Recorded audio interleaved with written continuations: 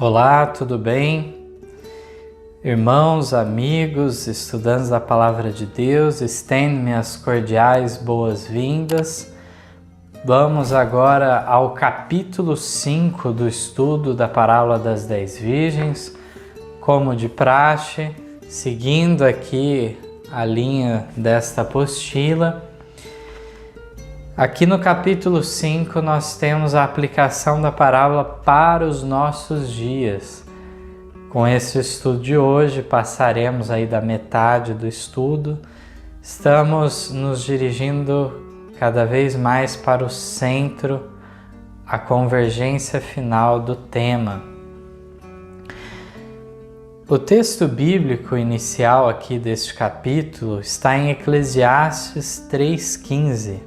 O que é, já foi, e o que há de ser também já foi, e Deus pede conta do que passou.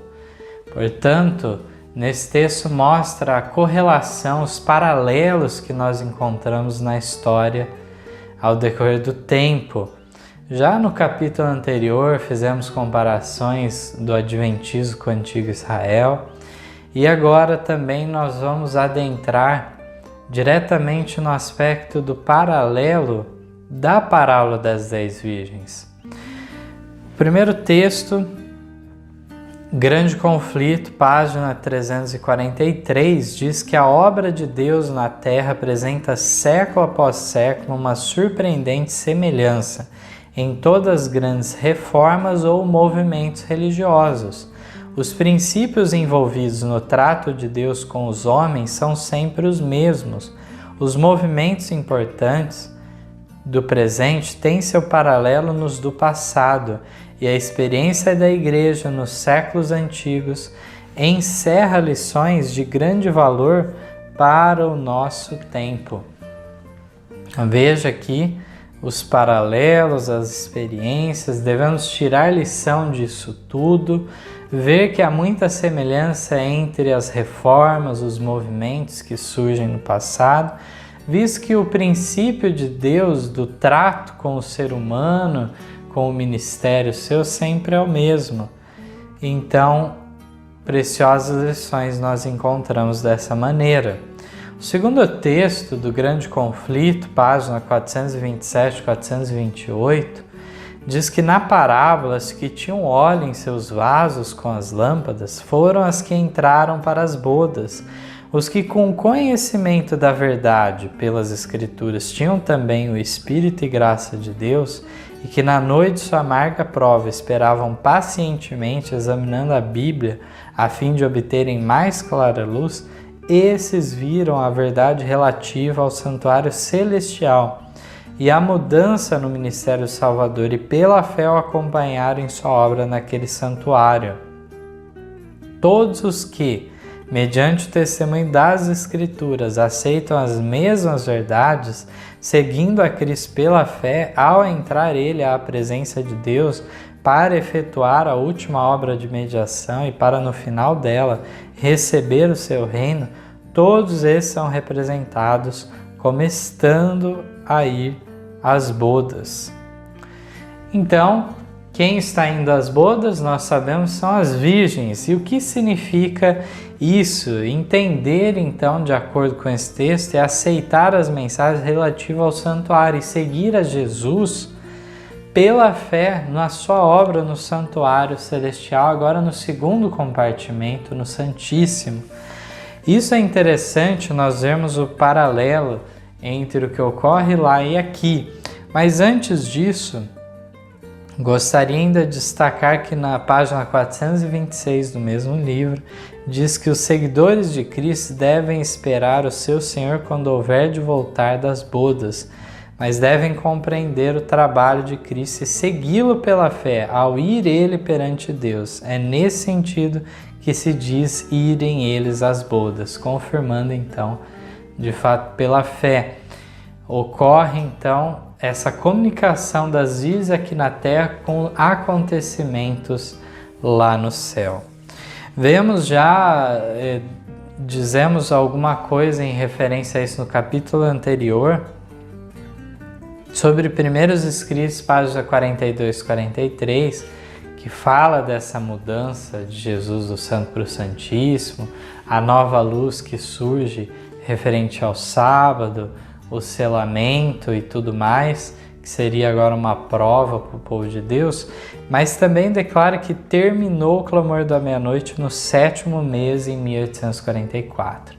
Quando ela fala 7º mês, não é do nosso calendário, mas no judaico. Aqui ela faz uma referência direta ao fato que o movimento do clamor da meia-noite foi conhecido como movimento do 7º mês, fazendo referência ao cálculo de que, na realidade, Cristo voltaria no dia da expiação, no dia que havia a purificação do santuário, que era, então, no 10º dia do 7º mês do calendário judaico, naquele ano de 1844, caiu em 22 de outubro.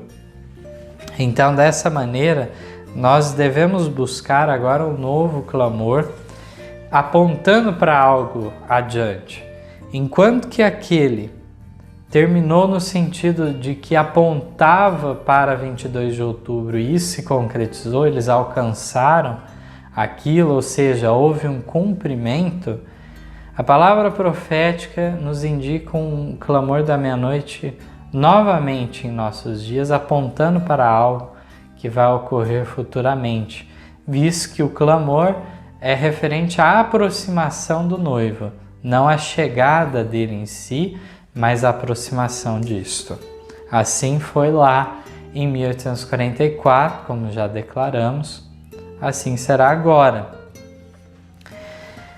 Vamos para uma outra observação sobre duas aplicações, porque pode ser um ponto que algumas pessoas estranhem, achando que nunca ouviram falar disso, que não haveria muita base. E os estudos estão aqui, os textos, justamente para comprovar esse ponto. Já desde o início do estudo que nós apontamos em relação a isso, e aqui na página 38 é repetido o texto que tem no início, que é da Review Herald, 19 de agosto de 1890, que fala então da parábola "foi e será cumprida ao pé da letra". O "foi" nós entendemos então que é a primeira aplicação, que começa em 1798 e vai até 1844. O "será" é de 1844 de lá para cá. Nós não sabemos até quando vai se estender. Mas aqui o texto diz que é como a mensagem do terceiro anjo, ou seja, ela vai acompanhar a mensagem do terceiro anjo até sua conclusão da sua obra, até o fim do tempo, o texto declara.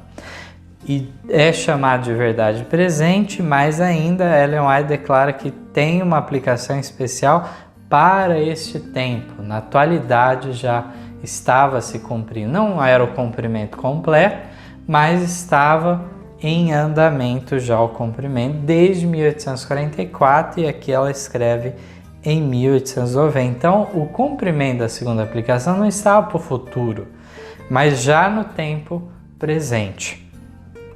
Posto isto, então, é importante salientar que, de fato, as igrejas do Advento, de modo geral, não reconhecem, de fato, duas aplicações. É um assunto que este movimento tem pregado há muitos anos já. E interessante que nós encontramos num livro já bem antigo, publicado pelo IAE, Instituto Adventista de Ensino de São Paulo, que abre essa possibilidade para duas aplicações. No livro 101 Respostas a Perguntas do Dr. Ford, nas páginas 80 e 81, nós vemos algo sobre isso. Quem foi Desmond Ford? Ele foi um doutor aí em teologia e tudo mais, que de fato começou a descrer de certas doutrinas distintas do adventismo com o protestantismo.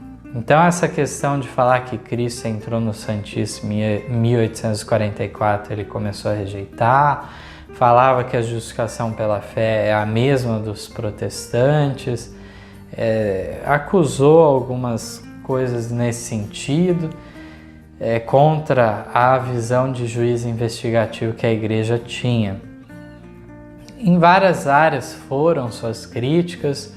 Na época dele, se não me engano, foi na década de 80, houve bastante burburinho ao decorrer dos anos de várias respostas aos questionamentos que ele trouxe, e esse é um desses livros com essa proposta. E nessas páginas 80 e 81, existe um aspecto também que Desmond Ford criticou a divina inspiração de Ellen White. Ele tinha ideias bem confusas sobre isso, colocando como que Ellen White tivesse um tipo de inspiração inferior aos autores bíblicos e por isso ela não era infalível. Uma situação bem confusa que ele se colocou. Ou, como Ellen White mesmo coloca, ou a inspiração vem de Deus ou de Satanás, não há meio termo aí no caminho, mas de fato a pessoa deve ou aceitar ou não a autoridade profética de Ellen White. Aqui então nós vemos que nessas páginas os adventistas então, para se saírem dessa crítica de Desmond Ford em relação a Ellen White, eles admitiram duas aplicações. Mas qual que era a crítica dele? A crítica dele é que em alguns livros Ellen White falava que a parábola das 10 virgens tinha se cumprido na experiência daqueles adventistas antes do grande desapontamento, como nós já estudamos. Os adventistas no mundo todo, assim como também, mais especificamente, Estados Unidos, os mileritas, como eram chamados. Em outros livros, Desmond Ford observava, Ellen White dizia que a parábola das 10 virgens se aplicava para a igreja que viveria nos últimos dias da história terrestre, como é o caso do parábola de Jesus. E diante disso ele falava que era uma contradição. Não havia conciliação entre esses dois tópicos, ela teria se equivocado. Ou tinha que ser uma coisa ou outra. E diante disso, os autores adventistas, eles refutam a pretensão deste crítico Desmond Ford, dizendo então que havia duas aplicações da parábola das 10 virgens. Particularmente de nossa parte, até hoje um reconhecimento explícito de duas aplicações é a primeira vez que nós vemos no Adventismo. Essas duas aplicações, eles inclusive dizem que, assim como em Mateus 24, no sermão profético, há cenas que Jesus aplica para o que ocorreria com a destruição de Jerusalém, naquela geração ainda, vários eventos, e esses eventos deveriam se cumprir em escala global, justamente antes de sua segunda vinda. Assim, na continuação do sermão profético, no capítulo 25, com essa parábola, mais uma vez é apresentado duas aplicações. Mas nós bem sabemos que a primeira aplicação ela faz referência já ao Adventismo, mais de 1798 a 1844, e a segunda de 1844 para cá. Vemos dessa maneira uma outra realidade que se relaciona às virgens com o assunto do assinalamento dos 144.000. É importante salientar a nossa crença nesse ponto, tal como está no Mensagens Escolhidas, página 263 do volume 2, que Ellen White manda uma carta, então, a uma família que tinha perdido a mãe, a esposa. Então, essa irmã chamada Hastings, ela então foi selada no grupo dos 144.000. É isso que Ellen White declara aqui no texto. O texto é de 1850, nos primeiros anos então da obra, e ocorre esse triste falecimento, deixando o marido com as crianças ainda novas, e no entanto foi de conforto muito grande para essa família ao ela dizer: vi que ela estava selada, e a voz de Deus ressurgiria e se ergueria sobre a terra e estaria com os 144.000. Vi que não precisamos chorar sobre ela, ela repousaria durante o tempo de angústia, e tudo que pudéssemos lamentar seria a nossa perda de ficar privados de sua companhia. Vi que seu falecimento redundaria em bem. Que conforto de fato foi a família saber da salvação da irmã Hastings. E em relação a ela, fala que ela ressurgiria à voz de Deus. Lembrando que no retorno em glória de Cristo, é a voz do próprio Filho de Deus que é ouvida para ressuscitar as pessoas na ressurreição geral. Mas nessa ressurreição de Daniel 12, que é uma ressurreição especial, parcial, de grupo misto, enquanto que a ressurreição na volta de Cristo é só de justos, nesta ressurreição ocorre que muitos justos e muitos ímpios ressuscitam. Os mais acérrimos inimigos da verdade e de Cristo, eles ressuscitam para ver a volta de Cristo. Assim, os justos também, parte dos 144.000, desde 1844 sendo selado, ressuscitam nessa ocasião. E aqui é um exemplo claro disso, que é declarado aqui nesse texto. Nós já comentamos em relação à dupla aplicação apresentada no texto da Review and Herald, e vamos agora na página 39 da apostila trabalhar alguns conceitos mais em ordem cronológica. A condição da igreja em 1890 em relação às virgens é declarado na Review and Herald 19 de agosto de 1890 também. E aqui é um texto interessante porque fala da classe das loucas também e qual que é o trabalho que elas realizam. Diz aqui: os que professam crer na verdade, mas cuja luz se tornou em trevas, Satanás os usa como seus instrumentos para darem voz às suas falsidades e divulgarem sua escuridade. Esses são de fato as virgens loucas que, em vez de escolherem a luz, escolhem as trevas, desonrando a Deus. A condição da igreja é representada pelas virgens loucas e também pelo estádio de Laodiceia. Que grave denúncia que Ellen White faz em 1890, vamos lembrar que 2 anos depois da rejeição da mensagem da justiça de Cristo por parte da igreja de modo geral, a exceção foi pequena, de fato muito pequena, daqueles que aceitaram a mensagem da justiça de Cristo. De modo geral, a igreja, o ministério, o povo também foi impedido de receber a mensagem pela influência de seus líderes. E aqui diz que a condição da igreja àquela altura poderia ser representada ou pelo estado de Laodiceia ou pela experiência das virgens loucas. A experiência das virgens loucas, de alguma maneira, apesar de não elas professarem uma fé pura, ao decorrer do tempo, mesmo soando o clamor, nós vemos que elas não se preparam. E devido a isso, nós encontramos que ao decorrer do tempo elas ajudam a Satanás em sua obra, divulgando escuridade. O que elas fazem, de fato? Ao elas não se prepararem, elas negligenciarem esse preparo com uma condição espiritual de meu Senhor tarde virá, sempre postergando para frente, isso é uma influência extremamente negativa na igreja, um mau exemplo tremendo. Desonram de fato a Deus e lançam trevas sobre as pessoas. Em 1899, as 10 virgens estavam esperando. É o que declara o texto aqui da meditação Maranata, o Senhor vem, página 52. vem trazendo toda uma leitura nesse sentido. Elas estão esperando na noite da história da Terra. Não declara nesse texto algo referente a um clamor soando nessa época.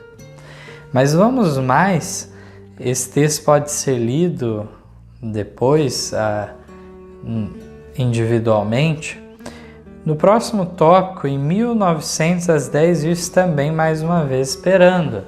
Esse texto do Parábola de Jesus, bem semelhante ao anterior, diz que as 10 virgens estão esperando a noite da história deste mundo. Todas dizem ser cristãs, todas têm uma vocação, um nome, uma lâmpada, e todas pretendem fazer a obra de Deus. Todas aguardam aparentemente a volta de Cristo. 5, porém, estão desprevenidas. 5 serão encontradas surpreendidas, aterrorizadas, fora do recinto do banquete. Vamos mais agora. Na página 40, temos o tópico em 1909, esperando ainda o clamor da meia-noite. Então, nós estamos cronologicamente vendo que Ellen White não arroga como estando ocorrendo um reavivamento por conta do clamor na igreja, de maneira alguma, mas vamos vendo o fracasso da igreja devido a não seguir a vontade de Deus. Aqui, no Testemunho para a Igreja, volume 9, página 48, Ellen White diz que tenham presente os membros da igreja que o fato de se acharem os seus nomes nos livros da igreja não os salvará. Essa é a advertência que ela dá. E mais adiante ela diz: por isso, estai vós apercebidos também, porque o Filho do Homem há de vir a hora em que não penseis. Vamos nos recolher à noite, tendo confessado cada pecado. Assim fazíamos quando em 1844 esperávamos encontrar nosso Senhor. E agora esse evento está mais perto que quando aceitamos a fé. Estejamos sempre prontos, à noite, de manhã e ao meio-dia, para que quando se ouvir o clamor, aí vem o esposo, sair ao encontro, possamos, mesmo que tenhamos de ser despertados do sono, ir ao encontro com as lâmpadas espevitadas e acesas. E depois no mesmo livro, agora na página 155, ainda diz que orgulho e fraqueza de fé privam a muitos das ricas bênçãos de Deus. Muitos há que, se não se humilharem diante de Deus, hão de ficar surpreendidos e desapontados quando soar o clamor, aí vem esposo. Tem a teoria da verdade, falta-lhes, porém, o óleo nos vasos para as lâmpadas. Esse texto do nono testemunho, na página 48 e na página 155, é essencial vermos aqui, estamos quase nos últimos materiais publicados de Ellen White, já em 1909, né? E ela ainda aguardando o clamor. E ela tinha um receio que quando se ouvisse o clamor, muitos ficariam surpreendidos. E devido a não estarem numa condição de humildade diante de Deus, eles ficariam desapontados da maneira que viria esse clamor. E essa é uma realidade que de fato acabou se cumprindo na história, como bem sabemos. Em 1976, quando cremos, de fato soou o clamor, finalmente soou. Muitos não gostaram da forma que ele veio. E vamos mais adiante. Temos aqui 2 textos que sugerem também a dormência da igreja em face do juízo. O primeiro do Comentário Bíblico, volume 5, página 1099, retirado da Sign of the Times, de 28 de junho de 1910. Diz que todos que esperam o noivo celestial são representados na parábola como se tivessem adormecido, porque o Senhor retarda a sua vinda. Sabemos pela parábola que de fato é assim. A dormência das duas classes, as 10 virgens, se dá porque o noivo não vem no tempo em que eles esperavam, tão cedo como esperavam, mas ele tarda. E no Testemunhos para a Igreja, volume 2, página 205, também nos sugere o seguinte, uma comparação. O Filho de Deus foi pela segunda vez e orou dizendo: Pai meu, se este cálice não pode passar de mim, sem eu beber, faça-se a tua vontade. E foi novamente ter com os discípulos e encontrou-os adormecidos, tinham os olhos pesados.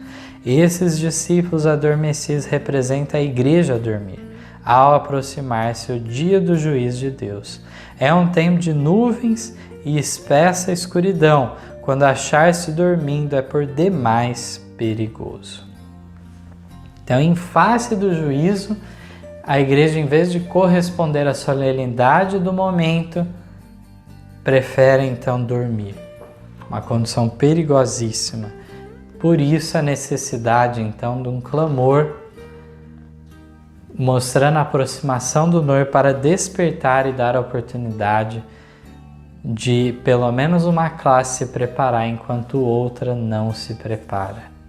Não há predestinação ou coisa do gênero, mas de fato ocorre a oportunidade para as 10. Passando aqui então o gráfico que tem no meio da apostila, na página 41 agora temos o título Dormir das Prudentes. Texto do Grande Conflito 394-395 nos diz: tosquenejaram todas e adormeceram, uma classe na indiferença e abandono da sua fé, outra esperando pacientemente até que mais clara luz fosse proporcionada. Todavia, na noite de prova, a última pareceu perder até certo ponto zelo e devoção.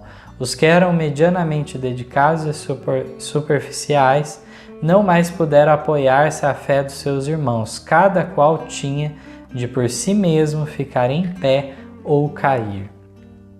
Aqui vemos que mesmo a classe das prudentes, ao decorrer da noite, elas vão perdendo até certo ponto o zelo e a devoção. Testemunho para Ministros, página 443, também nos declara: necessitamos de uma reforma completa em todas as nossas igrejas. Ellen White então admoesta em relação à condição da igreja. O convertedor poder de Deus deve penetrar na igreja.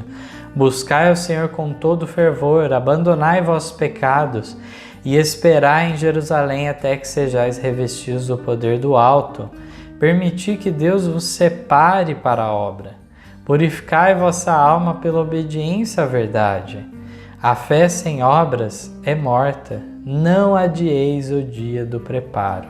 Não dormiteis no estado de falta de preparo, não tendo óleo nem em vossos vasos, nem em vossas lâmpadas. Que ninguém deixe sua segurança para a eternidade depender do acaso. Não deixeis que o assunto permaneça em perigosa incerteza. Perguntai-vos sinceramente: estou eu entre os salvos ou entre os que não estão salvos? Subsistirei ou não subsistirei? Somente aquele que é limpo de mãos e puro de coração subsistirá naquele dia. Mesmo com a condição grave da igreja no estado de Laodiceia, em grande parte em dormência, nós poderíamos até mesmo dizer, Ellen White tenta trazer a igreja para uma reforma. Porém, uma reforma completa em todas as igrejas, que ela fala que era necessário ocorrer, só ocorreria se algo precedesse essa reforma. Um reavivamento. Um reavivamento verdadeiro dirigido pelo ministério do Espírito Santo traria uma reforma genuína também. Aqui, nessa parte, ela fala no meio da nota: não adieis o dia do preparo. Não pode haver maiores delongas, porque é justamente a experiência das loucas demorar nessa obra de preparo, achando que sempre haverá mais tempo. E dá uma recomendação muito grave aqui, que alguns podem até não observar o detalhe. Diz que não dormiteis no estado de falta de preparo, não tendo óleo, nem vossos vasos, nem vossas lâmpadas. Quando isso ocorre, na parte final, é quando as virgens loucas, elas então não fizeram o seu preparo e esgotaram completamente, não só pelo fato delas não terem uma reserva, mas esgotaram o óleo que havia na lâmpada. Vamos lembrar que quando elas dormem no período de tardança e despertam às 10 no clamor, ainda há óleo na lâmpada das 10 e elas espevitam essas lâmpadas. Mas devido às prudentes terem óleo em reserva, elas então reabastecem as suas lâmpadas de modo a prosseguir pelo tempo necessário. Enquanto que as loucas então têm a oportunidade de comprar, e de antes e comprai dos que vendem, esse é o conselho das virgens prudentes.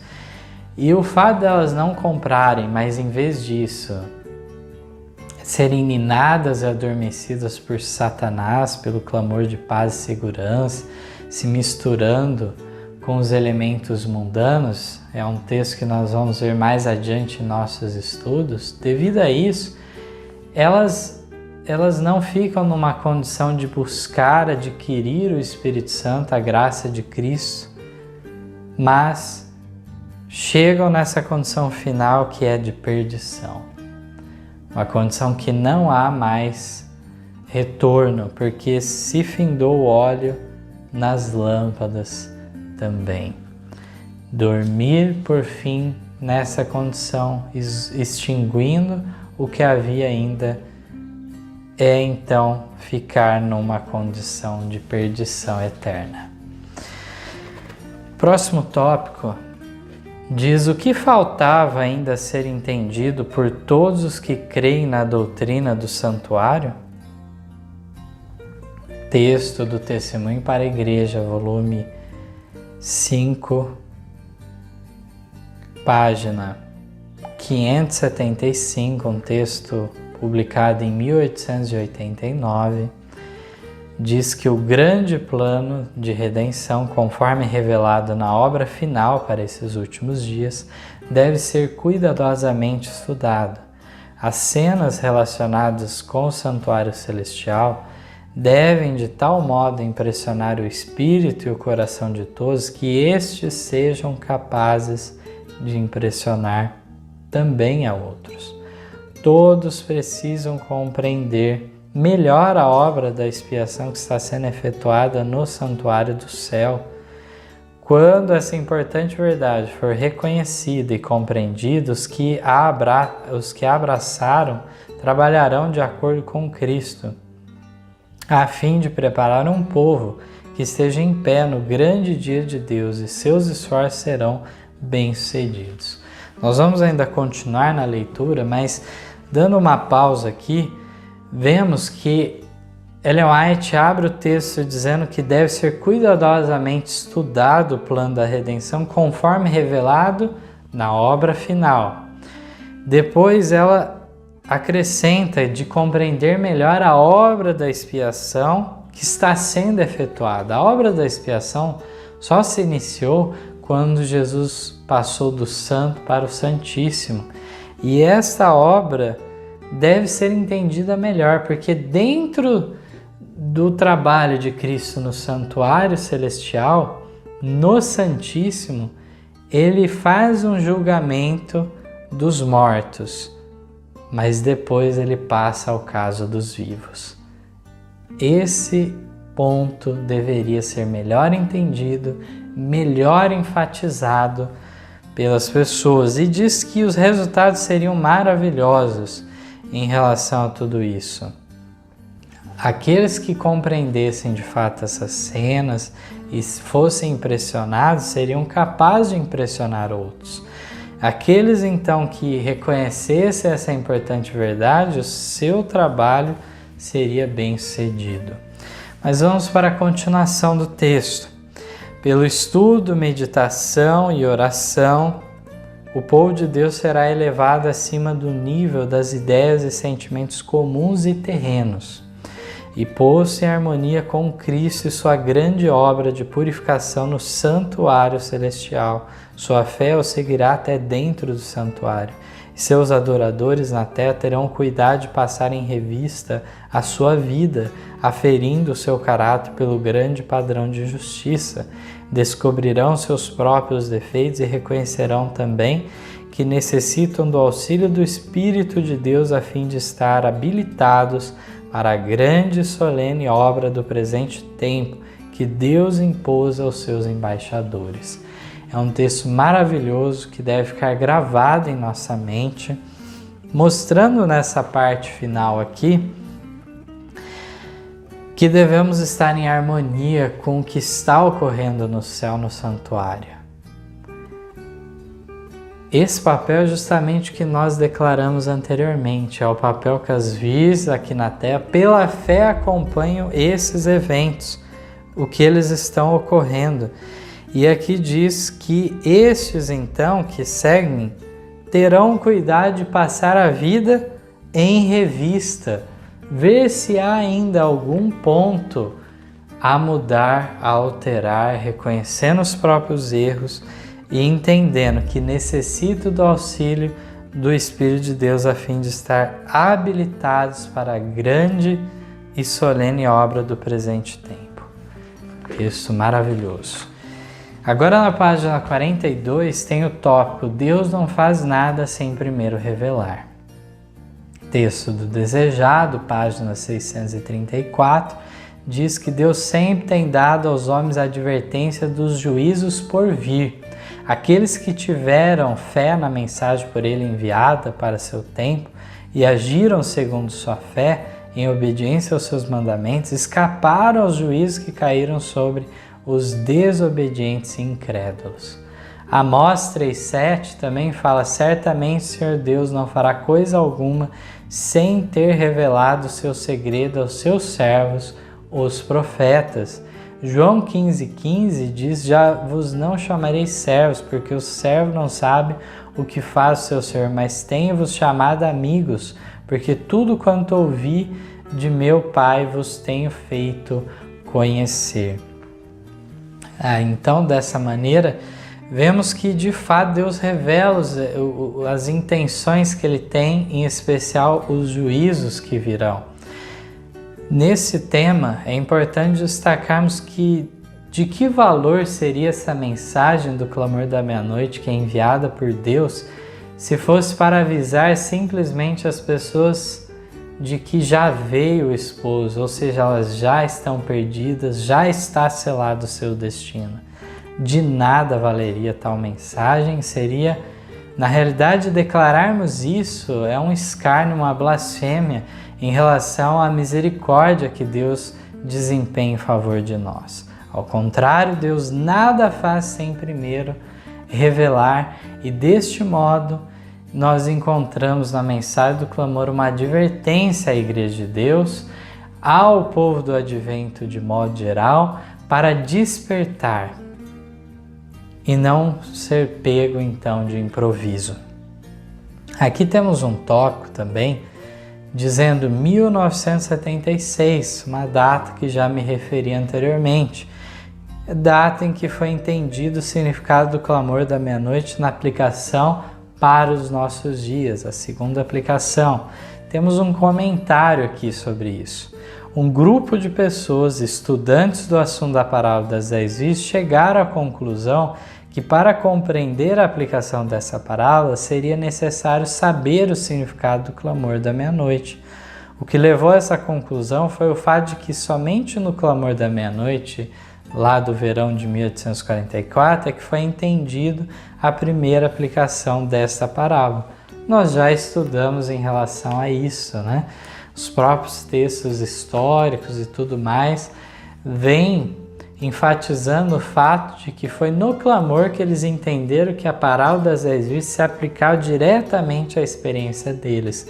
E aí, em nosso tempo, em 1976, esses irmãos estudantes da Bíblia e do Espírito de Profecia entenderam que era essencial saber o que seria o clamor da meia-noite. A partir disso, se entenderia o restante da parábola, em como encaixar a profecia na história. E de fato isso ocorreu. Aqueles irmãos entenderam essa importante verdade.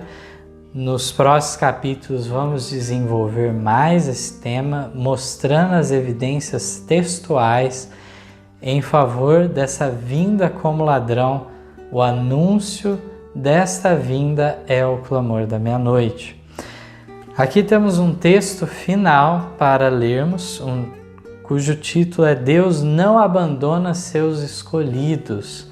Esse tópico final deste capítulo diz assim: os diferentes grupos de professos crentes do advento têm cada um deles um pouco de verdade, mas Deus deu todas essas verdades aos seus filhos que estão sendo preparados para o dia de Deus. Ele tem dado verdades que nenhum desses agrupamentos conhecem nem entenderão, coisa que para eles são seladas, o Senhor abriu aos que verão e estarão prontos a compreender. Se Deus tem alguma nova luz a comunicar, Ele permitirá que seus escolhidos e amados a compreendam, sem que precisem ter a mente iluminada pelo ouvir os que estão em trevas e erros. Esse texto do Primeiros Escritos, página 124, é um texto memorável também. E Ellen White fala da experiência daqueles primeiros adventistas em sua época, e esse texto com certeza tem uma aplicação para os nossos dias. Assim como nós temos visto como a história se repete. E então aqui encontramos um quadro muito real da atualidade também.